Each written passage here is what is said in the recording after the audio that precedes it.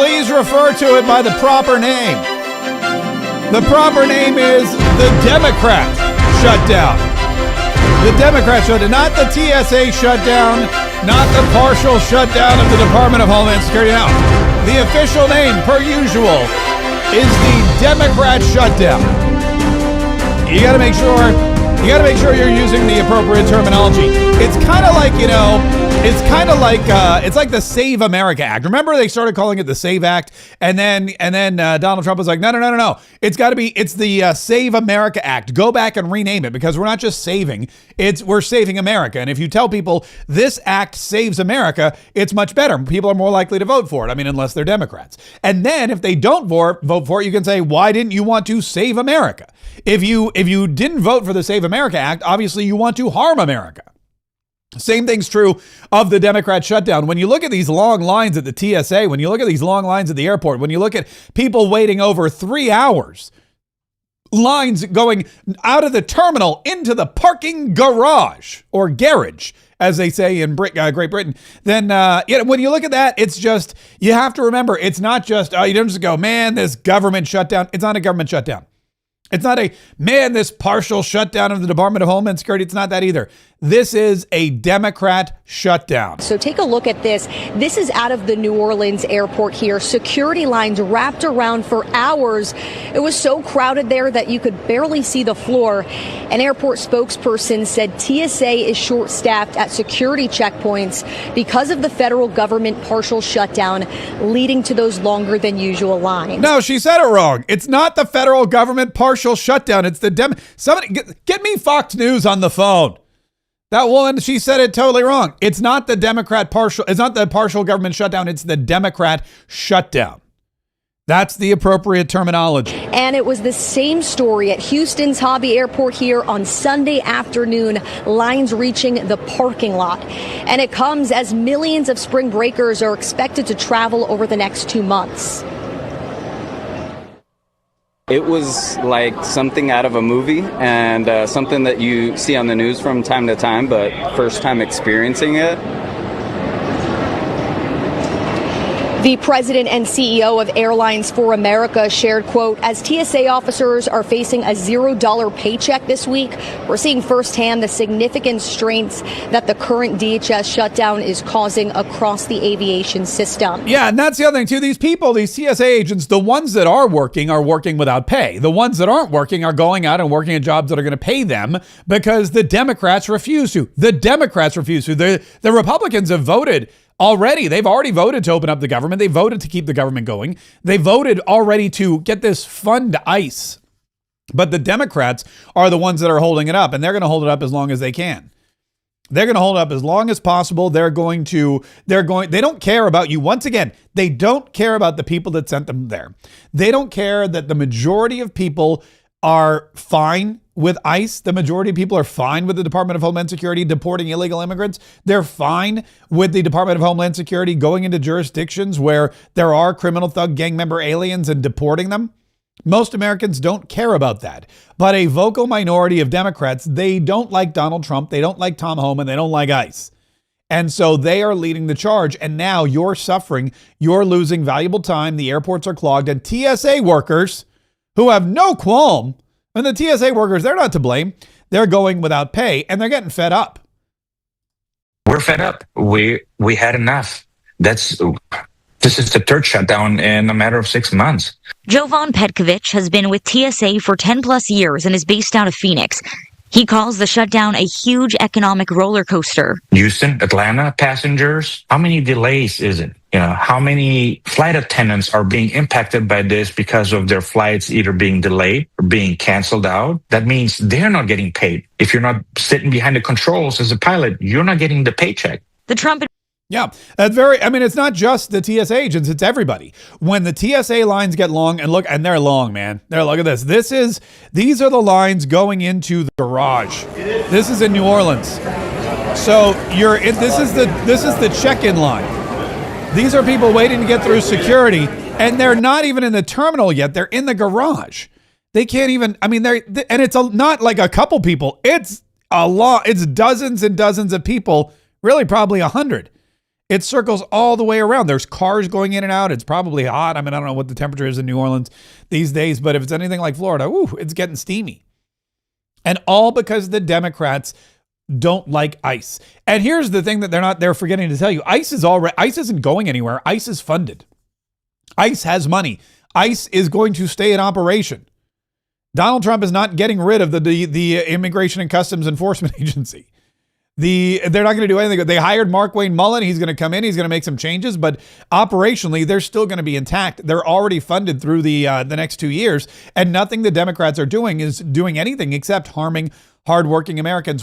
So make sure that you are labeling this correctly as the Democrat shutdown. And then I walked over here,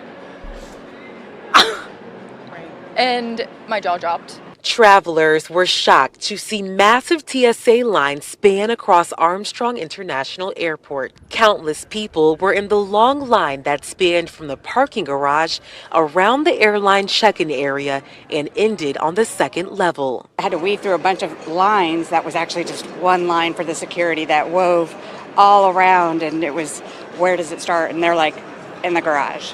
According to airport leaders, it's an impact from the partial government shutdown. On Sunday, no, it's not a partial government shut. I want everyone to be clear. It's not a partial government shutdown. Democrat shutdown. Shortage of TSA workers causing major delays through the security checkpoint. Yeah, this is ridiculous. This is crazy. The long wait times caused many travelers to miss their flights. We get here, we go through customs, and it's so packed in here, you can't even find the direction they're trying to give.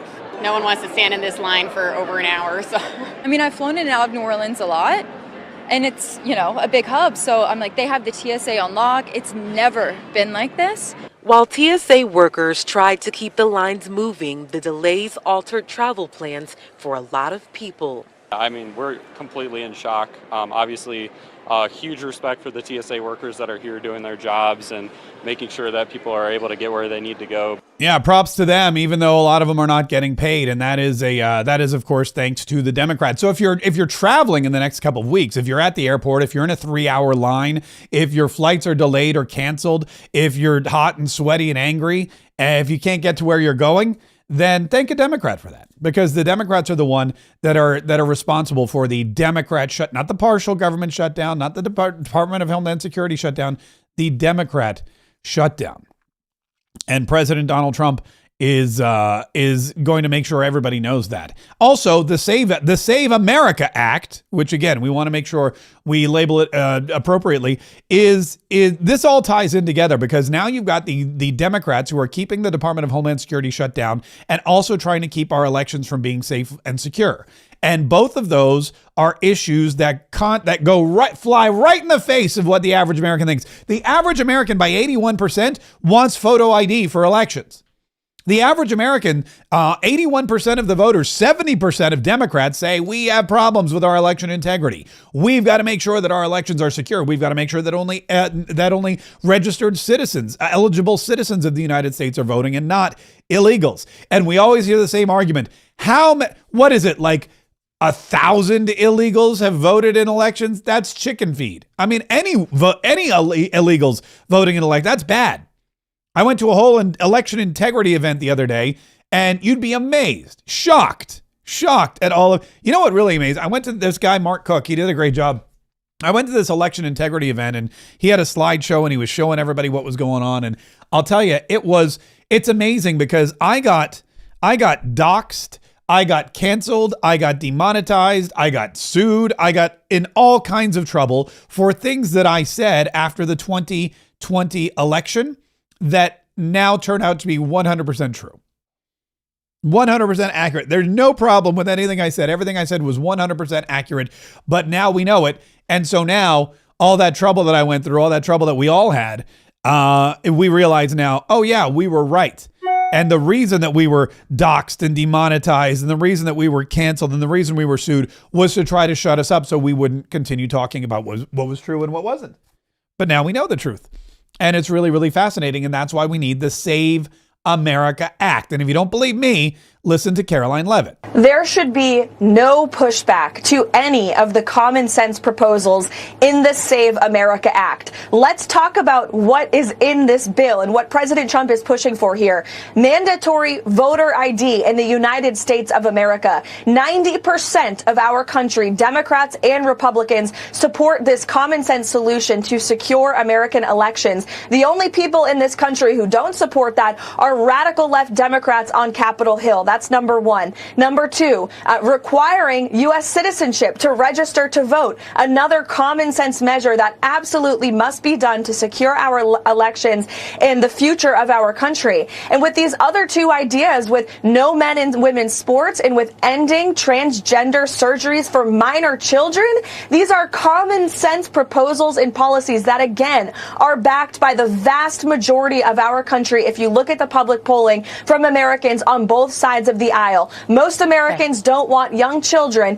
to be going through gender mutilation surgeries. Most Americans don't want men competing in women's sports. These are winning issues for the American people. They are losing battles for politicians on Capitol Hill. And that's why all members of Congress, Republicans and Democrats, need to pass the Save America Act as soon as possible. Hey, by the way, that reminds me, speaking of losers in the Democrat Party, did you hear what James Tallarico said? He loves trans kids. Something that you love that's not family or friends. I love, I'm just saying this because it's on my mind, the trans children who showed up yesterday at the state capitol to advocate for their humanity. They shouldn't have to, but it was an inspiration to watch. James Tallarico loves the trans children that were on his mind. It's like you don't even need to write an ad. You just run that clip over to Texas. State Representative James Tallarico, who is now the Democrat candidate for Senate. That guy beat out Jasmine Crockett. Now, Jasmine Crockett's a flawed candidate. But to the best of my knowledge, I don't know that there's a clip of Jasmine Crockett rolling around saying, hey, tell us something that you love. And she replies, I love trans children who've been on my mind. Something that you love that's not family or friends. I love, I'm just saying this because it's on my mind, the trans children who showed up yesterday at the state capitol to advocate for their humanity. They shouldn't have to, but it was an inspiration to watch. Also, that's not all. I got some more James Tallarico. I'll get back to vibing on the TSA and the Democrats and we'll get into Iran for sure, because Iran picked a new leader. The one person that Donald Trump said you shouldn't pick, they picked him anyway. So now Donald Trump's going to have to do something about it. Also, Donald Trump called Brian Kilmeade and told the shipping industry to grow a pair. But I have one more James Tallarico clip. This is a guy, I remember. This is the guy that Democrats in Texas wanted more than Jasmine Crockett. This is him saying that Hindus are more Christian than Christians. I have met so many Hindus, Buddhists, Sikh, Jews, Muslims, atheists, agnostics who are more Christ-like than some of the Christians I serve with in the Texas legislature. It is about how you treat other people.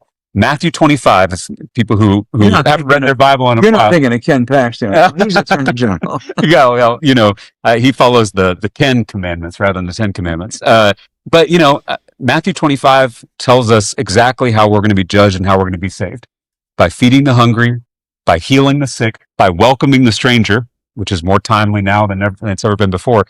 There's nothing in Matthew 25 about reading your Bible. There's nothing about going to church. There's nothing about being a good Christian. It is all about how you treat other people.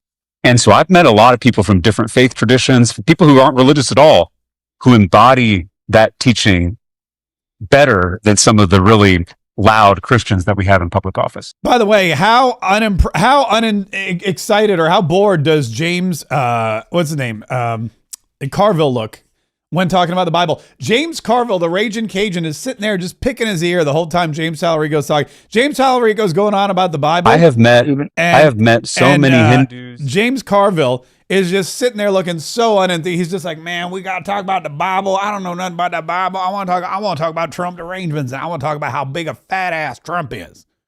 Why are we talking about the Bible? That's what's going through James Carville's mind right this second. He can't believe he's got to sit there and listen to this guy. And he's trying to smile. He's like, oh, yeah, that's funny. No, shut up about the Bible. Also, James Tallarico says, hey, in Matthew, you know what they say? We should heal the sick. Heal the sick. Okay. Well, then what about those trans children who are on your mind? Are you going to heal them, or are you just going to placate to their mental illness? Evidently, we know what he's going to do. He's going to pander to that demographic because he's trying to win votes in a very red state. So he needs all the blue people to vote for him. And I'm not talking about the Smurfs. I'm talking about the Democrats. So he's gonna welcome the trans kids, and he's going to tell them it's okay, and he's going to applaud them, and he's going to say, I love the trans children who have been on my mind because they came to the Capitol building to fight for their rights. And then he's going to turn around and say, the Bible tells us we get into heaven by healing the sick. But he's not doing that. He is ignoring the sick and allowing them to run around without seeking any kind of help. That's the Democrat, and I think Texas is gonna be just fine. I'm gonna be honest with you. Whether it's Cornyn or Paxton, I feel like Texas is gonna be just fine. Iran will not be fine because they have a brand new supreme leader, and it's somebody Donald Trump does not like. Donald Trump warned Iran. He told Iran, do not pick this guy Khomeini, the Mojtaba Khomeini, who is the son of Ayatollah Khomeini, who they just sent to, his 47 Vestal Virgins or whatever. And now they've announced the new supreme leader is Mojtaba Khomeini, and Donald Trump's like, I'm not into that. He's not going to last long. Also told ABC News that the new leader needs approval from his administration, warning that if he doesn't, quote, he's not going to last long. All right, Joey, I'm going to come to you on this as well. Yeah, he's not going to last long. And she laughed. I don't know why she laughed about that. Donald Trump is not the kind of, he's not joking there. That's the thing. The fact that Donald Trump says, hey, this is not the kind of guy that we want. If this is who their leader is going to be, he's not going to last long. And what Donald Trump means by that is we're not done targeting the heads of this organization, of this criminal terrorist regime. We're not done yet making sure that this vile, vicious, thuggish theocracy is destroyed once and for all. We're not done yet dismantling Iran's ability to harm Americans and other innocents all over the world, whether through military action or firing missiles or bombing people or trying to assassinate the president of the United States, all those things. We're not done. And if that's who they're picking, well, guess what? He's not going to be the leader for very long. He's not going to be in that power position for very long. And he spoke with our good buddy Brian Kilmeade today, and he said some very interesting things. First of all, he said, I don't like this choice, and everybody needs to realize that the Arab world has been liberated. Not just Iran, but the entire Arab world has been liberated because Iran, the peaceful neighbor of the Middle East, has been threatening all these countries for a very long time. This guy is brutal, and the president said, I'm not happy. He also said this to me last night, and he wanted to go out of his way to make this clear.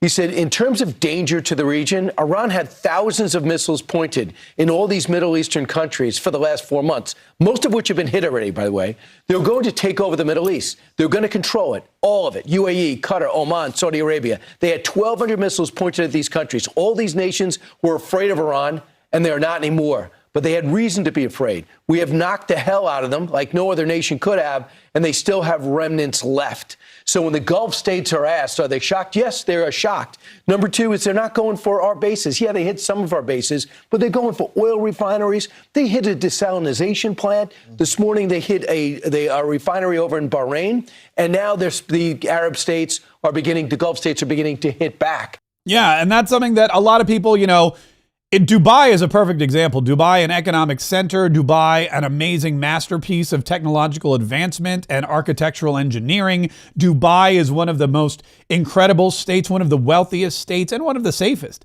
They have very little crime in Dubai because, well, if you commit a crime, they basically just cut off your hand.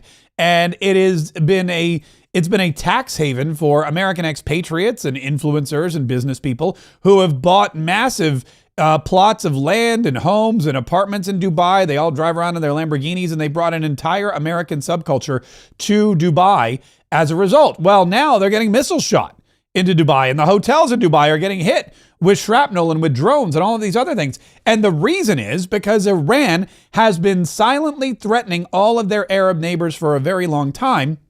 And now that Donald Trump and Israel have come in and begun the liberation of the Iranian people, they've been lashing out at every single state. And as Brian Kilmeade said, he goes, it's not just American military bases. They're firing missiles into cities. They're firing at desalination plants and oil refineries. They're trying to cut into the economic impact. They're basically saying, look, we're done with all y'all. Iran has for years deemed themselves to be this military mighty fortress of destruction, and they have ruled with this fear-mongering iron fist, and they've been trying to get nuclear weapons forever, and that is something that the previous administrations have all allowed. Everyone in Europe allowed it, and quite frankly, everyone in the Middle East allowed it too, because they were scared. They're not scared anymore. Donald Trump told the shipping industry, Donald Trump and the American military basically have destroyed, there's no Navy left, right? Like the Navy, here's Marco Rubio. Here's Marco Rubio talking about the Navy. Here, listen carefully. The goals of this mission are clear, and it's important to continue to remind the American people of why it is that the greatest military in the history of the world is engaged in this operation. It is to destroy the ability of this regime to launch missiles, both by destroying their missiles and their launchers, destroy the factories that make these missiles, and destroy their Navy. I think we are all seeing right now the threat that this clerical regime poses to the region and to the world. They are trying to hold the world hostage. They are attacking their neighbors. They are attacking neighboring countries, their energy infrastructure, their civilian population. They're attacking embassies. This is a terrorist government. This is a terroristic regime. And we are seeing them conduct terrorism using nation-state elements, using weapons like missiles and one-way attack drones. And the objective of this mission is to destroy their ability to continue to do that. And we are well on our way to achieving that objective every single day with overwhelming force, with overwhelming precision. The military, the United States military, the men and women in uniform are conducting an extraordinary operation. There are not a lot of cameras down there covering what they're doing, as opposed to some of the other images that you may see from some of the cities and capitals nearby. But I want everyone to know your military is getting the job done. And every single day, this regime in Iran has less missiles, has less launchers, their factories work less, and their Navy is being eviscerated. And the world is going to be a safer and a better place when this mission is accomplished. Their Navy is being eviscerated. Their Navy's basically non-existent. And yet, for some reason, gas prices still go up. And the reason is because the Strait of Hormuz is still being bottlenecked. Why? Because these tankers are scared. And so Donald Trump called into Brian Kilmeade this morning, and he says, and Brian Kilmeade asked him about it, and Donald Trump said, yeah, I got a message for these shipping companies. Grow a pair. As far as oil prices are concerned, we've surpassed $100 per barrel, rose more than 20%, hitting the highest since July of 2022. But our energy secretary, we interviewed him last week. He was all over the shows this weekend. Chris Wright, he says this is all temporary. And the president says the oil prices will drop rapidly when the destruction of the Iran nuclear threat is over. It's a small price to pay for the United States and the world for safety and peace. So, Brian, you did a phone interview with the president of the United States. What is his read on this? So I asked him, how do you get the prices down? I know how much you care about oil and gas. And he says, tell these tankers to get to it. We've wiped out most of their launchers. Here's exactly what he said. These ships should go through the Strait of Hormuz and show some guts. There's nothing to be afraid of. They have no Navy. We sunk all their ships. He went on to say, he said, look, yeah, there's risk in the region. The region's volatile. There are launchers. There's just about 150 left. That's just about 20% of totals. They can't regenerate. They can't make any more. And we are in the region ready to act quickly on all these type of attacks. Now, I think they're going to get some additional naval assets in there to do some escorting. But there was a tanker that came through yesterday. Successfully. Successfully. No problem. And he's saying, come on, guys. Get to it. Now, we only get, what'd you say, Ainsley? We only get 3%. Yeah, 3% of the oil we use here in America comes from that area. But it does supply oil 20% for the rest of the world. Yeah, and what happens is when the rest of the world doesn't have access to oil, the prices go up globally. But look, Brian Kilmeade's talking to the president. The president goes, look, we had a tanker come through yesterday.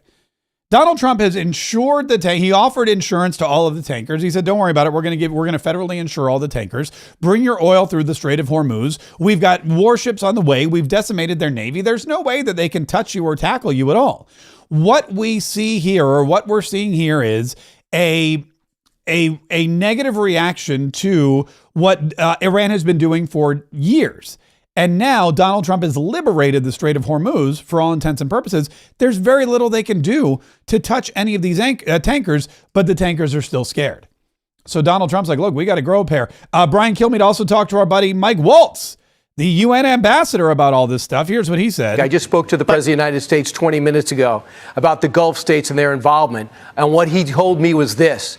Iran had thousands of missiles pointed at all these Middle Eastern countries for the last 4 months. They were going to take over the Middle East, meaning Iran. They were going to control it all. The UAE, Qatar, Oman, and Saudi Arabia. They had 1,200 missiles pointed at these countries. All these nations were afraid of Iran, and they are not anymore. And they had reason to be afraid. We have knocked the hell out of them like no other nation could, and they still have remnants left. Just wanted you to respond to that. Well, this is why the president, one of the reasons I think he did why he did this now.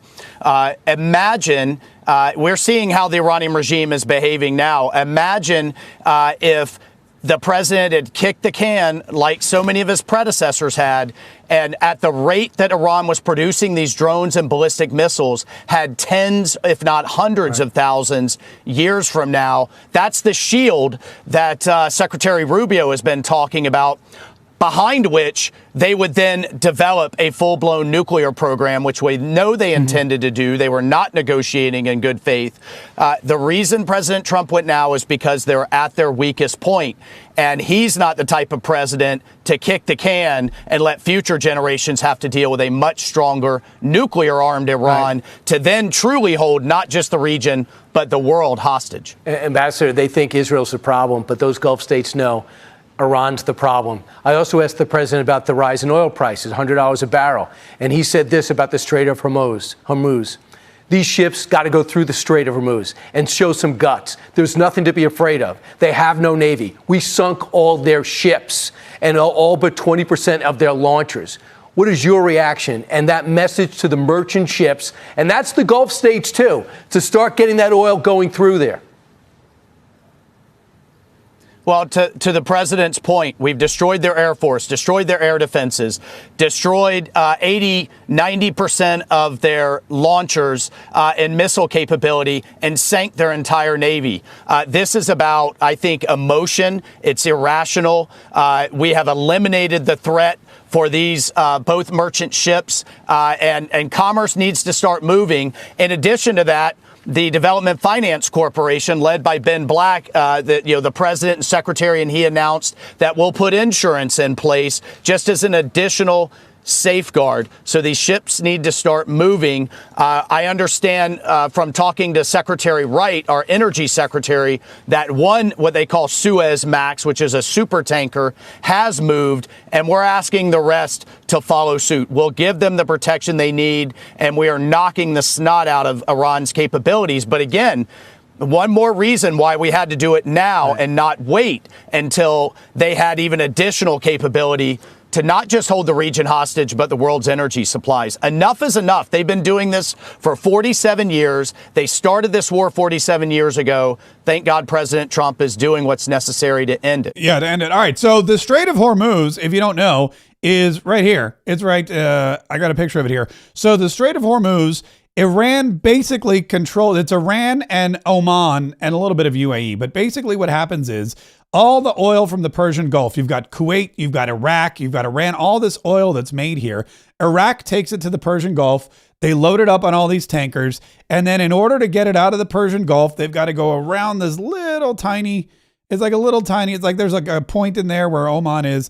And then they got to get around it. And then they've got to get into the Arabian Sea and out into the Atlantic Ocean. So, before that, they go around, Africa and everything else. But it's a thing, or they go to the Suez. So it's a thing. It's definitely important. And Iran has had this tactical advantage because of where the Strait of Hormuz is, so that they could basically just attack ships. They could blockade. They could keep all the oil out. And just by geographically being located where it is, Iran has been able to control the flow and cost of oil. And that is exactly what's going on there. That is exactly what's going on there. And this is one of the reasons why the Navy being decimated is so important. This is one of the reasons why it's crucial. Getting rid of the Iranian Navy, it's not like they're out there, it's not like they're out there sinking submarines. It's not like they're out there attacking, other warships. No, their Navy was designed to wreak havoc and terrorize the ships coming through the Strait of Hormuz and the Persian Gulf, and any American warships in the area. That was the concern. So now that their Navy's basically gonzo, the Navy was twofold. They also had that aircraft carrier that fired off drones. So those were the two things. Now that their Navy's gonzo, there's very little protection or very little they can do to blockade the Strait of Hormuz. And the rocket launchers, the missile launchers, the drones, taking out that capability is all part of it. And in the long run, President Donald Trump is right. In the long run, it's going to keep the cost down. But the key is to make sure that, A, they don't have leaders who are going to rule the way the old leader did. And let's be honest, the son of the former Ayatollah is going to rule just like the former Ayatollah. The son of Khomeini is going to rule just like Khomeini did. We know it. I mean, they're of the same, they're cut from the same cloth. They come from the same, clerical worship house, or I don't even know what you call it. They're basically the same person. And after this war, the new Ayatollah, the new supreme leader, has lost his father, his wife, I think 2 of his sons, pretty much his entire family. He's going to have an even bigger chip on his shoulder when it comes to the United States of America and Europe and Israel and anyone else who fought back. He's going to have a bigger chip on his shoulder, believing that the United States of America and Israel are the sworn enemy of Islam and of Iran.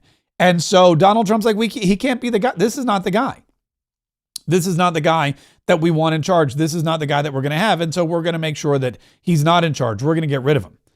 And Donald Trump called him a lightweight, by the way. A big development here in Washington is that President Trump is demanding that he be personally involved in selecting Iran's next leader. It was a brand new interview that the president did with our CNN analyst, Barak Ravid of Axios. The president said he must personally be involved in selecting Iran's next leader, and that choosing the son of the late supreme leader is unacceptable to him. Quote, "They are wasting their time. Khamenei's son is a lightweight. I have to be involved in the appointment, just like Delcy Rodriguez in Venezuela. Khamenei's son is unacceptable to me. We want someone that will bring harmony and peace to Iran." Yeah, he's a lightweight. He's a lightweight. That's what. And now, not only is he a lightweight, but he's a lightweight with no military. He's a lightweight with no ballistic missiles. He's a lightweight with very few drones. He's a lightweight with no Navy. What's he really gonna do? But Donald Trump doesn't want him anyway. He wants somebody. He wants to be directly involved in the choice of who's going to be the leader of Iran, and it's not going to be this Khomeini guy. He was asked, by the way. He was asked on Air Force One as he was coming back from Dover. He was coming back from the transfer of troops. The dignified transfer, where, by the way, I don't know this hat controversy. He's wearing a hat that says USA. This hat controversy is just stupid. I mean, I know that people get mad at Donald Trump for a lot of reasons, right? It's like Donald Trump. Getting mad at Donald Trump is now, it's like an art form. People are trying to figure out every single day, how do I get mad at Donald Trump now? I already got mad at him I got mad at him years ago for what he said to Billy Bush, apparently, the locker room talk. I'm mad at him for the Russian collusion that never happened. I'm mad at him for ICE. I'm mad at him for this and that. What do we get mad at him for now? He wore a hat at the dignified transfer. Here he is saluting the troops as their flag-draped coffins pass by, the 6 who were killed in Iran. It's up to 7 now. Melania is there, the First Lady. J.D. Vance is there, also saluting. But people are angry because President Donald Trump wore a suit and a white golf hat, much like he always does, that says USA. White hat, very respectful, gold letters that say USA, and he saluted the coffins as they went by. And people are furious, saying Donald Trump was disrespectful. This is disgusting. Take off the flippin' flappin' hat. Which, again, to wear a hat that says, and again, this is not, look, this hat that Donald Trump was wearing, it doesn't say MAGA. It's not a MAGA hat. It doesn't say Trump was right about everything, which is another one of the hats that he had. That would have been probably inappropriate. It doesn't even say Gulf of America. This is a USA hat. It says USA, big gold letters, white hat, President Donald Trump standing there saluting, not doing what other presidents have done in the past. And, checking their watch to see if it was nap time yet. Remember that? Remember this guy checking his watch to see if it was nap time? What's more disrespectful? Wearing a hat that says USA while you respectfully salute and say a prayer for the soldiers who gave their lives in Iran so America could be free, so that people in Iran could be free? Or this guy who's not even paying attention to the soldiers, he's checking his watch. Because, God, this is boring. And granted, look, Joe Biden had almost twice as many dead soldiers go by him. So maybe it took a little, maybe he just lost focus. Maybe he was like, how much? There's a lot of these guys. Maybe if they didn't have the botched withdrawal of Iran, there wouldn't have been any dead Marines that Joe Biden had to stand and check his watch for. But Donald Trump showed up, saluted, paid attention, and let nothing distract from the dignified transfer. And people are mad. They just get mad at anything. Anyway, Donald Trump was asked on Air Force One on the way back. He was asked about Russia because rumor has it that Russia has been providing Iran with help, that Russia has been providing Iran with, some kind of intel about the American forces and how to defeat them. And Donald Trump said, I don't know about that. But you have indications of whether Russia is supporting Iran somehow in this. No, I haven't had that. I haven't had no indication of that whatsoever. If they are, they're not doing a very good job because Iran is not doing too well.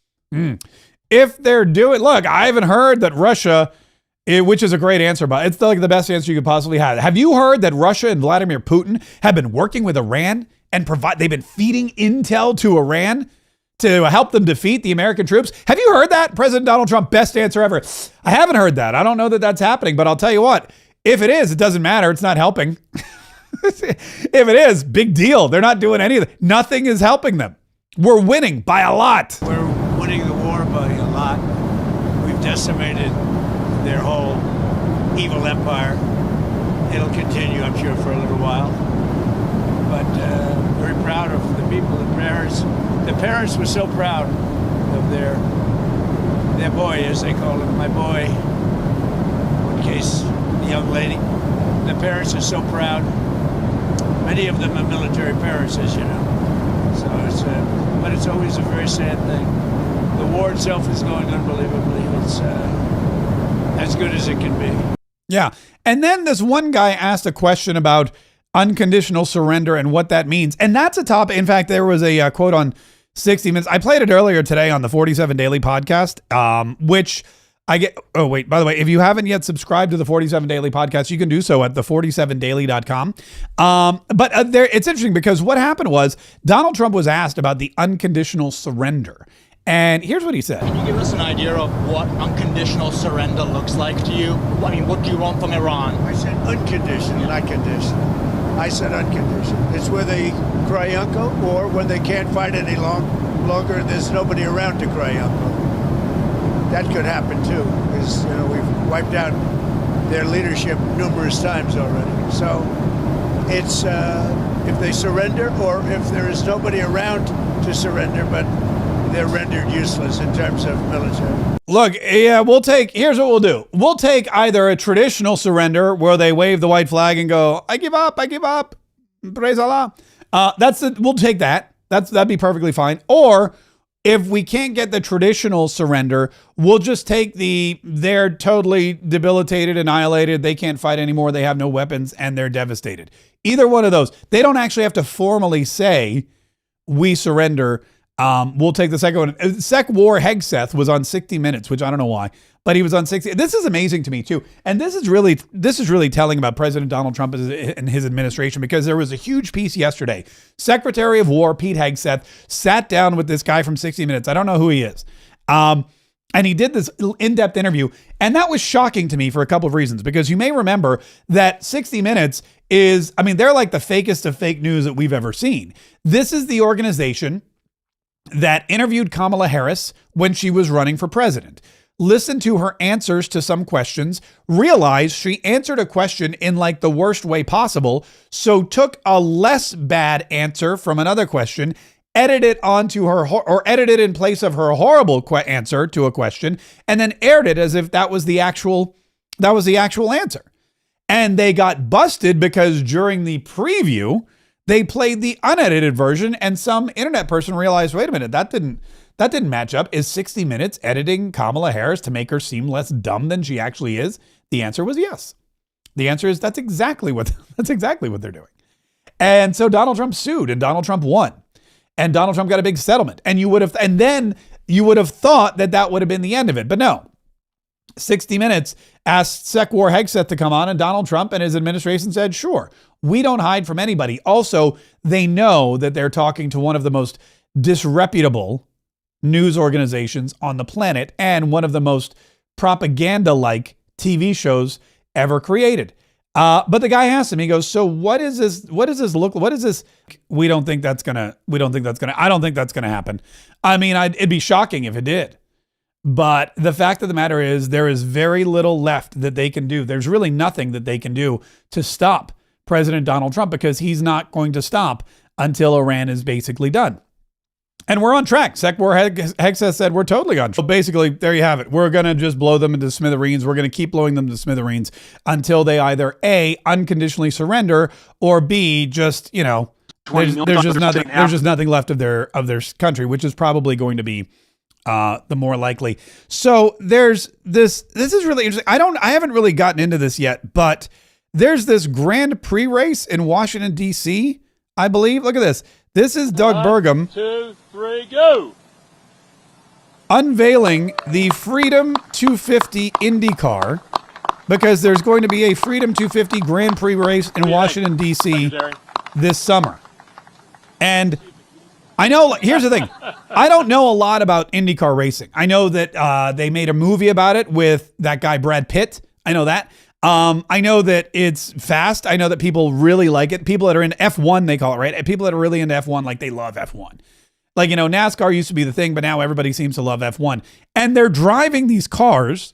I don't know how fast they go, a couple hundred miles an hour, I guess. But they're driving them around the city, around Washington, D.C. I mean, look at this. This is incredible to me. They're shutting down the entire city, and they're going to start the race. I guess, let's see. It starts here. Pit lane is going to be right on Pennsylvania Avenue. So Pennsylvania Avenue, they're starting right here, right outside the Capitol building. They're going to race down Pennsylvania Avenue, and that's going to be going behind the White House, on the north side of the White House. The pit lane, if you can see this, let me zoom in a little bit. Pit lane is like here's the National Gallery of Art, okay?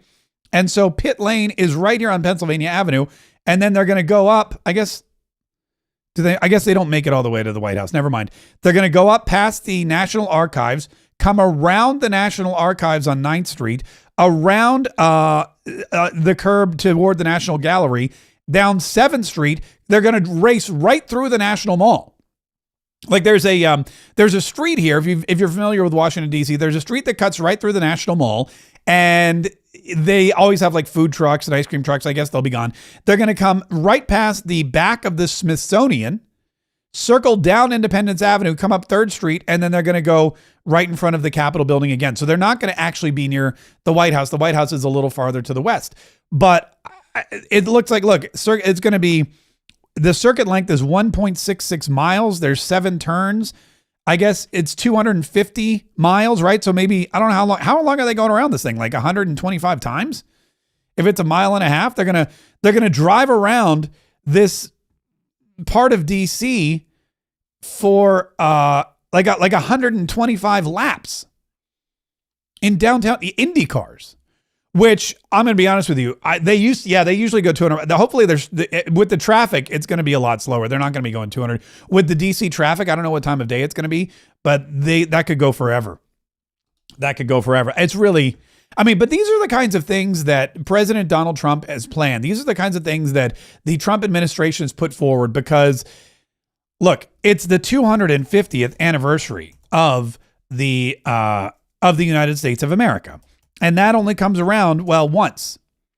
And you really need to take the opportunity and the time to celebrate it. And what Donald Trump is doing is making sure that there's enough going on and enough created and enough, I guess you would say, monuments to the occasion to make sure that nobody forgets just how great a ceremony and just how great an accomplishment this was for our country. In fact, there are plans now. Get this. This is really incredible. There are plans now for a 500 foot. Okay. 500 foot. That's a lot of feet. Let's see. 100 feet is 10 story. That's a 50-story building size George Washington statue to be built. A big, glimmering, shimmering, shiny, I believe, metallic statue of George Washington, 500 feet tall, to be built in Washington, D.C. to commemorate our 250th anniversary. I'm trying to see exactly where they're going to put it. Hang on. George Washington statue. And this goes along with the Great Arch that Donald Trump, the Arc de Triomphe that Donald Trump wants to put. Here we go. Here's some more design visualizations of what this statue would look like. Could you imagine a 500 foot statue of George Washington? We've got the monument, right? Here, look at this. This is amazing. I'm gonna turn off the sound. Just look. This is amazing. This is, I guess, in Washington, D.C. I'm not really sure where the placement is, or is it in Virginia? It could be in Virginia. But this is a rendering of what it would look like. I've never seen anything like this in my life. This is truly incredible. I've never seen a statue this monumental. And, it's fitting. President Trump is considering building a 510-foot tall statue of George Washington for America's 250th birthday. I say, why not? And yeah, somebody wrote they won't be able to topple it. That's true. That's a big statue. You're not going to be able to topple something like that. So, these are all parts of our celebration. These are all parts of our country. These are all parts of the things that we all need to do to make sure that things are not forgotten, to make sure that everything that we've done is remembered, and to make sure that our country goes on at least for another 250 years. And thank God Almighty that Joe Biden is not president for the 250th anniversary. I don't know if you saw this. Joe Biden is probably the worst representative of the United States we've ever had. And God, if he were president, holy cow! If he were president during the 250th anniversary, it would have been nothing but woke DEI garbage. It would have been the most embarrassing thing ever. If our enemies looked at us and saw after 250 years we were reduced to leadership like Joseph Robinette Biden Jr., they would have just been agog. In fact, Joe Biden over the weekend, he was at Jesse Jackson's funeral, and he gave up to give like a little speech. And during the speech, he told all of the attendees, everybody there at the funeral of Jesse Jackson, that he was a lot smarter than they were. If I told you all earlier when I was a kid I had a cleft palate or a club foot, none of you would have laughed. But it's okay to laugh at stuttering. I'm not being critical of you, but think about it. It's the one place where people think you're stupid. Oh, really? I'm a hell of a lot smarter than most of you. But all kidding aside, Joe Biden looks out at the crowd and says, if I had a cleft palate, you wouldn't have made fun of me. I don't know. I would argue that you would still get made fun of. If you had a club foot, wouldn't make fun of me. I'm pretty sure we'd still be making fun of you if you had a club foot. But a stutter, that's people think you're stupid. I don't know if Joe Biden needs to hear this. I don't know anyone else who needs to hear this. Nobody thinks Joe Biden is stupid because of his stutter. People think Joe Biden is stupid because he's stupid. They also think he's corrupt, which he is. But that was could you imagine him giving some kind of statement for the 250th anniversary when he says, I'm a hell of a lot smarter than you all? I want to share Joe Biden wasn't the only former president to speak there. Barack Obama was there as well. And he had some words that were, let's just say, vitriolic. And he had some words that were pointed. And he was not well received by Jesse Jackson's son, nor was Bill Clinton. In fact, let me play you because this is telling. This is what happens when the Democrats are invited to Jesse Jackson's funeral. This is what happens. I listened for several hours of 3 United States presidents who do not know Jesse Jackson.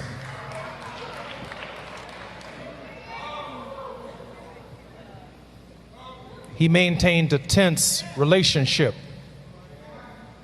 with the political order, not because the presidents were white or black, but the demands of our message, the demands of speaking for the least of these, those who were disinherited, the damned, the dispossessed, the disrespected,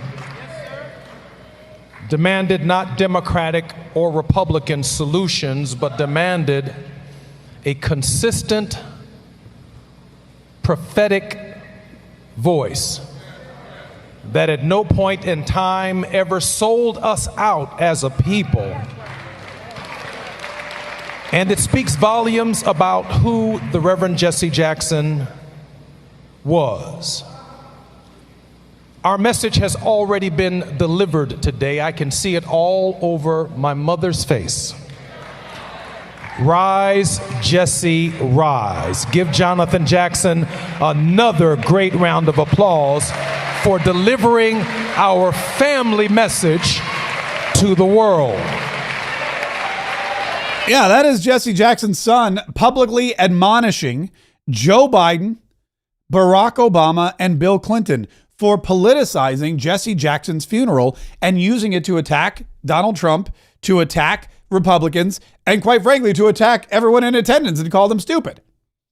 Ironically, that was not what the Reverend Jesse Jackson's message was. That was not what he wanted his father to be remembered for. And the Democrats, and this funeral was important because it showed once and for all that the Democrats have been pandering to Black Americans. They've been hijacking the plight of the Black American. They have been tricking and toying and manipulating Black Americans into voting for their party. They've been manipulating them so they could maintain power for themselves for decades. And what happened at this funeral when 3 Democrat presidents got called out was that Jesse Jackson's own son said, "We're done with the Democrat Party." The Democrat Party, you people still to this day have no idea what my father's message was. You to this day have no idea what the Reverend Jesse Jackson meant to me and to everyone else. They're getting called out. They never did anything to help African Americans. They never, even if Barack Obama, was the first Black president, or Bill Clinton. I mean, Bill Clinton technically said he was the first Black president, so who knows? You got 2 Black presidents and Joe Biden, who had the first Black/Indian vice president. And the Black community is calling them out for being worthless and political animals and not doing anything to help the plight of Black folk in America. That's they didn't call out Donald Trump. He didn't get out there and say, "I'm calling out Donald Trump." You know what Donald Trump said about Jesse Jackson when he found out he died? He goes, "Look, we had a tumultuous relationship, but that guy got better and better and better as the years went on, and we understood each other, and he did amazing things." And he did it at a celebration of Black History Month at the White House.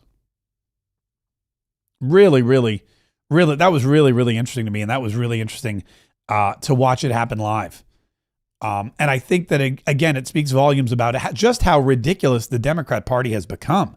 They have no leadership. They have no mentorship. There's nobody. The modern day Democrat Party, you've got podcaster and part-time governor Gavin Newsom from California, Kamala Harris, the first Black/Indian woman to just spectacularly lose a presidential election. You've got J.B. Pritzker, who I don't even know, is that guy even a possible candidate? Tim Walz, who also, don't forget, ran on the ticket and is Tim Walz went from being almost the second most powerful man in the world to the biggest punchline we've ever seen in our lives. In the matter of a year, in the matter of 1 year. We also have Pete Buttigieg, who for some reason is still in the conversation. Mayor Pete Buttigieg, who never who never presided over anything larger than South Bend, Indiana. And I'm not knocking South Bend, Indiana. It's a lovely place. But South Bend, Indiana, that's the guy, the mayor of South Bend, Indiana, that's the guy that the Democrats want to send. That's the guy the Democrats are like, oh, he should be president of the United States of America. He was transportation secretary, probably the worst. Under Pete Buttigieg as transportation secretary, what do we have? Oh, we had East Palestine, train wreck, deadly clouds, fish dying, people breathing in noxious fumes, water undrinkable, devastation everywhere. J.D. Vance, who was a senator at the time, wandering around, wading around in the water in his waders, trying to point the finger at everybody saying, we need help over here. Pete Buttigieg didn't even show up, not till after Donald Trump came. Pete Buttigieg, the airport shut down. Why? Because the transportation system was so outdated that Delta and American Airlines over Thanksgiving, their systems got overloaded. They had to start canceling flights. People were sleeping, spending Thanksgiving in the airport, thanks to Transportation Secretary Pete Buttigieg. At Christmas, all the cargo ships from China were blocked out of the ports in California because there was a truckers' strike. There weren't enough truckers to haul the goods. The dock workers' strike. It was horrible. There were so many Christmas presents and so many necessities that couldn't get off the ships. They were floating around in the ocean for what seemed like months because of Transportation Secretary Pete Buttigieg. Worst one in history, yet somehow he's still in the conversation.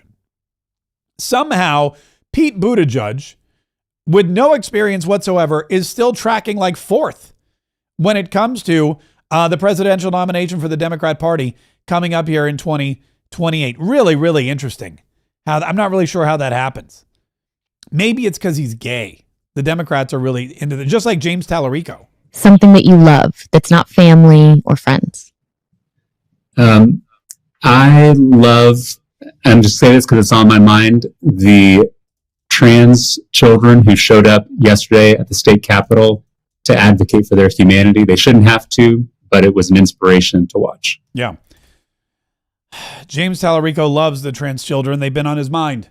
The Democrat Party loves Pete Buttigieg because he's gay. I don't know. We'll see what happens, though, as we start to get closer and closer to 2028. Listen, speaking of 2028, if you start investing in gold now, in 2028, you could have, in 1 year, gold has doubled in value.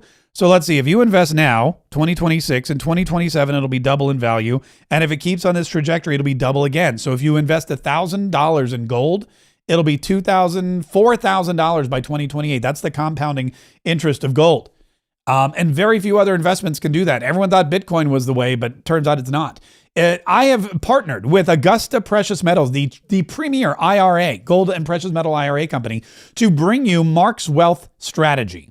And this is a strategy where you can invest your money. If you have $50,000 or more in a traditional IRA, if you have $50,000 or more in some kind of traditional savings account or some kind of traditional retirement account, you need to investigate a precious metals-based account, especially now that gold is skyrocketing. And nobody's better than Augusta Precious Metals. We've worked with others in the past, and they turned out not to be what we thought they were. Augusta Precious Metals is the real deal. They've got great reviews. They've got great customer and client testimonials. They're 5-star rated from the Better Business Bureau with an A+ rating.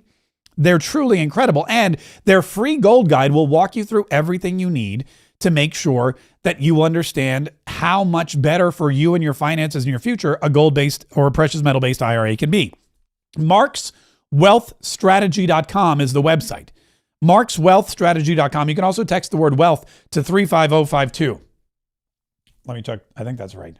I should probably memorize it. Yeah, 35052. Just text the word gold to 35052 or go to MarksWealthStrategy.com. Get your free gold guide. It's free. Literally, it's free. I can't make it any less free or more free. And then you can read all about it and you'll see that Augusta Precious Metals knows what they're talking about. You can also just pick up the phone and call 844-963-4677 if you prefer. Either way, let them know you heard about it from me, Mark K. And don't forget to subscribe to this channel. Subscribe so that you get everything that we ever publish. Every single day, we are producing content for you and podcasts, and we're getting you the information out there. The truth. Not that 60 minutes propagandized, edited stuff. This is the truth. Straight from, the truth to me, to you. You're going to get informed. You're going to get entertained. You're going to get enlightened. You're going to get everything you need to know so that every single day you will be ready, willing, and able and prepared to stand up and fight so we can save the republic.